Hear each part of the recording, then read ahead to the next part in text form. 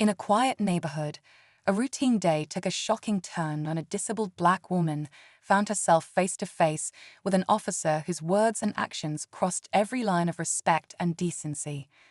What started as a small misunderstanding quickly escalated into an incident that would expose the painful reality of bias and abuse of power. This isn't just her story, it's a story that resonates with so many who faced similar struggles.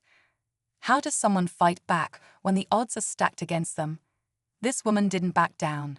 Instead, she turned her pain into power and launched a battle for justice that would shake the system and inspire thousands. But what really happened that day? What led to this moment? And how did one person's courage shine through so much darkness? Stick around, because this is a fight you'll never forget.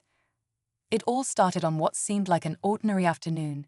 She was heading home after a medical appointment, her wheelchair moving steadily along the sidewalk. But then, flashing lights filled the street, and the sound of a siren pierced the air. At first, she thought it must be a mistake. Why would the police stop her? Yet, as the officer stepped out of his car, his tone was sharp, and his words were laced with assumptions that hit harder than the situation called for. The woman remained calm, explaining her circumstances, but the officer seemed uninterested in her words. Instead, he grew more aggressive, questioning her every move. People in the area began to gather, unsure of what was unfolding, but sensing something wasn't right. Why was she being treated like this? What could she possibly have done to deserve such hostility? Little did anyone know, this moment was just the beginning. As the crowd grew, whispers and uneasy glances began to spread. Some people pulled out their phones to record, sensing the situation might take a turn for the worse.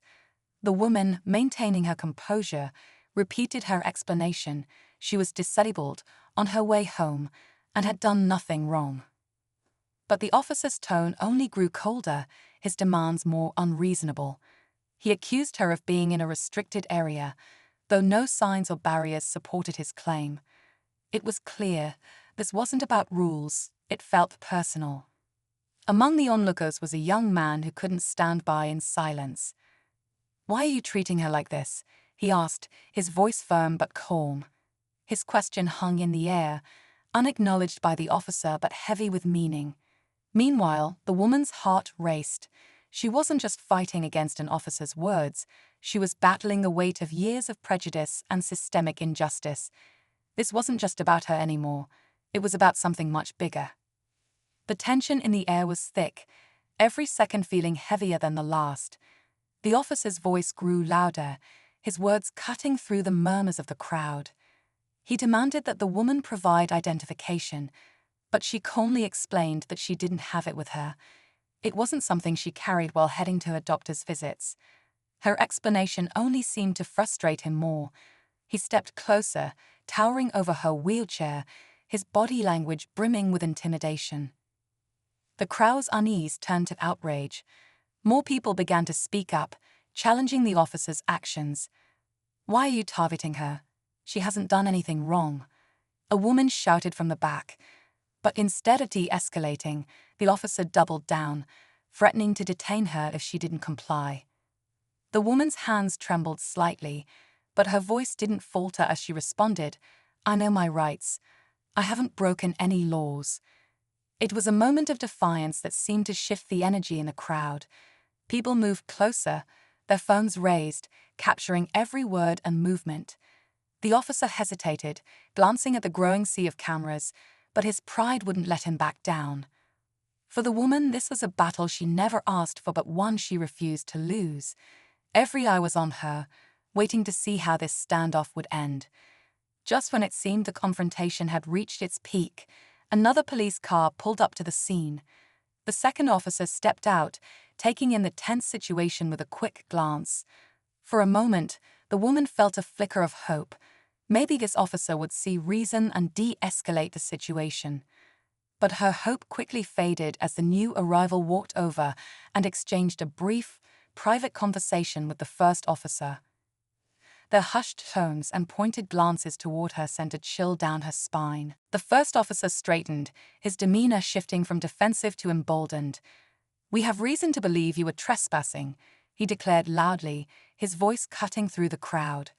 Gasps rippled through the bystanders. The woman's eyes widened in disbelief. Trespassing? On a public sidewalk she had used countless times before. It was clear now. They were trying to turn the situation against her, to justify their actions and silence her. The crowd's frustration boiled over, with voices rising in her defense. The young man who had spoken earlier stepped forward, placing himself between the officers and the woman. "This isn't right, and you know it," he said firmly. The officers exchanged another glance, their tension rising as they realized they were losing control of the narrative.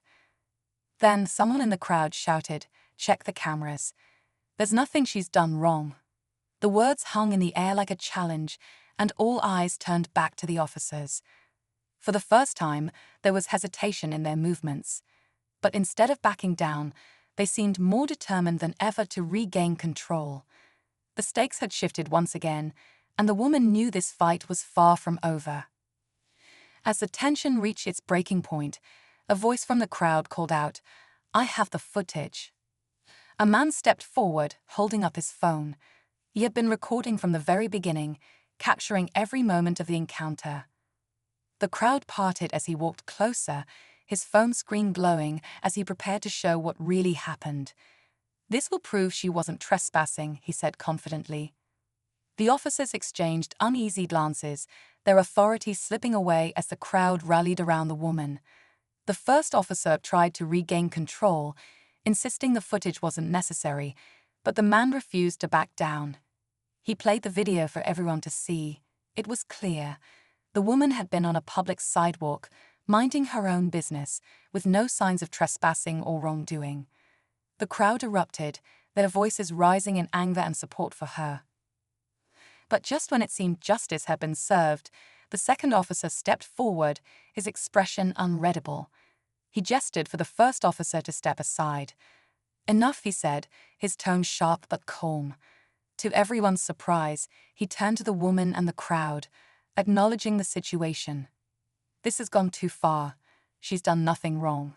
It was an unexpected admission that stunned everyone, including the first officer, who looked furious but stayed silent. The woman's voice broke through the noise, steady and firm. "This isn't just about me. This is about what happens to people like me every day. And it has to stop." Her words struck a chord, and for a moment, the crowd fell silent, reflecting on the weight of what had just unfolded. As the officers retreated to their cars under the watchful eyes of the crowd, the woman knew this moment was only the beginning.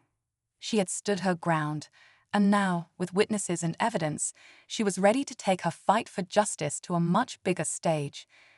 What happened that day wasn't just a confrontation. It became a spark for change, leaving everyone speechless at the power of courage and truth.